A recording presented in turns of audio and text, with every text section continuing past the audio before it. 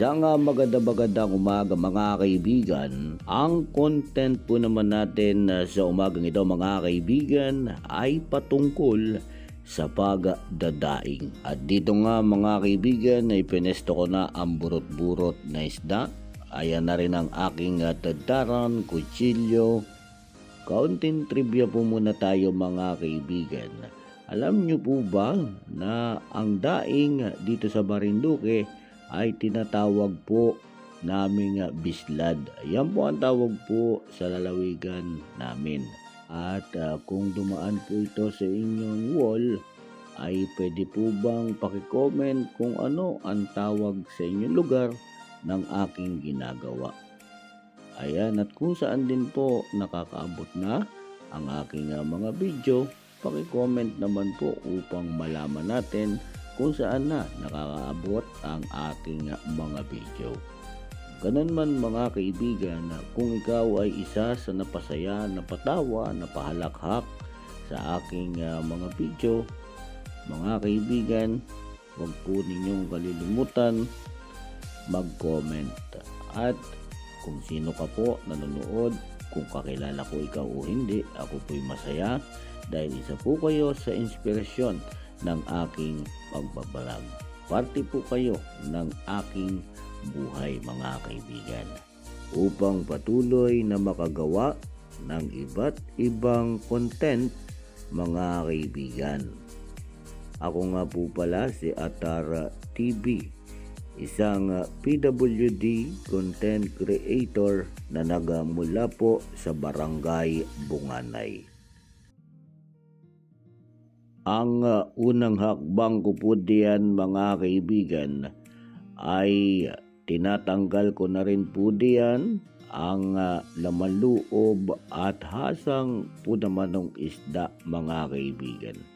Ganyan po ako regularly kapag ako po ay nagdadaing ng isda upang hindi na po ako kumain na mahaba pang oras mga kaibigan.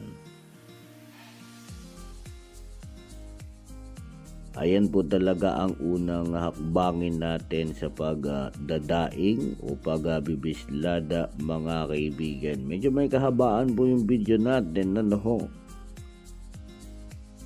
At dito po naman sa puntong ito mga kaibigan ay tapos na po tayo nito sa ating pong paghihiwa ng isda mga kaibigan. At eto na sa ating pong pagpapatuloy, tayo po ay nagtatanggal na ng pinakang itim ng isda mga kaibigan. Ayan, tinututbrush ko po talaga yan upang malinis po siya tingnan mga kaibigan. Malinis na malinis kasi kapag hindi ho natin tinanggal yung mga itim-itim niyan dyan sa pinakang lalagyan ng mga bituka at iba pa, ayan po mga kaibigan ay sinasabo.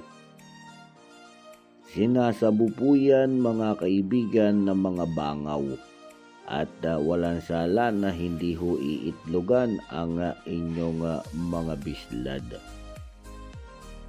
Isa pa po mga kaibigan, kaya ko po nililinis na maayos yan ay upang hindi po tayo mapahiya kapag may umorder po sa atin ng daing o bislad mga kaibigan. Masasabi po nila talaga na malinis at di kalidad ang aking gawa mga kaibigan. At dito po ay malapit na po tayong matapos mga kaibigan at magtutungo na tayo sa ating po namang pinali. Ayan, at ito na po mga kaibigan ang pinali natin. Huhugasan lamang po natin yan ng 3 beses. Kinat ko na po dyan yung part 2, yung pangalawang beses kinat ko na po diyan mga kaibigan. Ito po yung unang beses, yung unang linis sa pinakang ating pong planggana. Ayan, ang ganda pa po ng pagkasalansan ko dyan. At kitang-kita po naman ninyo yan mga kaibigan kahit may katulinan. Ayan. Okay, malapit na po yan na matapos sa pagsalansan. Ano ho? Ayan, napapansin po ninyo, napakalinis po ng produkto natin mga kaibigan kung atin pong ibibenta. Hindi po tayo mapapahiya sa ating mga customer, mga kaibigan, kung sakali po nating ibibenta. Ayan, at kinat ko na po diyan yung pangalawa, at ito na po yung pangatlong hugas. Dahil kukunin ko na po dyan yung strainer sa loob ng bahay namin, mga kaibigan. At hiningi ko po yun kay nanay. At eto na, mga kaibigan, yan po ang tingnan po ninyo mabuti kung anong technique naman ang ginawa ko dyan. Kung anong kalukuhan naman ang pinagagawa ko dyan, mga kaibigan. Napakagandang technique po na ang ginawa ko dyan, mga kaibigan, na talagang tinagilid ko ho yan upang talagang mawala po yung tubig. Kasi pag may tubig, hindi rin ho halos tumalab yung ating suka. At hindi mo po mararamdaman yung linamnam at sarap ng ating pong bislad.